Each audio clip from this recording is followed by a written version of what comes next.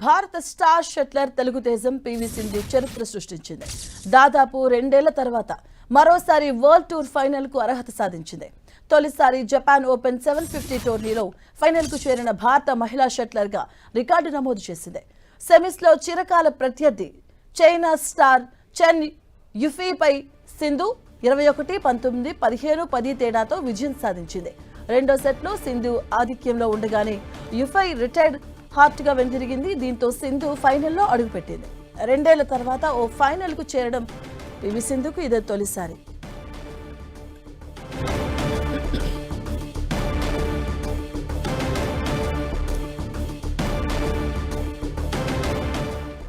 రెండేళ్ల తర్వాత పివి సింధు తొలిసారిగా జపాన్ సెమీస్ కి అయితే చేయడం జరిగింది. జపాన్ ఓపెన్ ఫైనల్ కు చేరింది పివి సింధు. ఇది 2 ఏళ్ల తర్వాత జరిగింది. ప్రత్యర్థి చైనా స్టార్ చెన్ యూఫీపై 21-19, 15-10 తేడాతో విజయం సాధించింది పివి సింధు తెలుగు తేజం. 2 ఏళ్ల తర్వాత తొలిసారిగా ఫైనల్కు చేరింది పివి సింధు.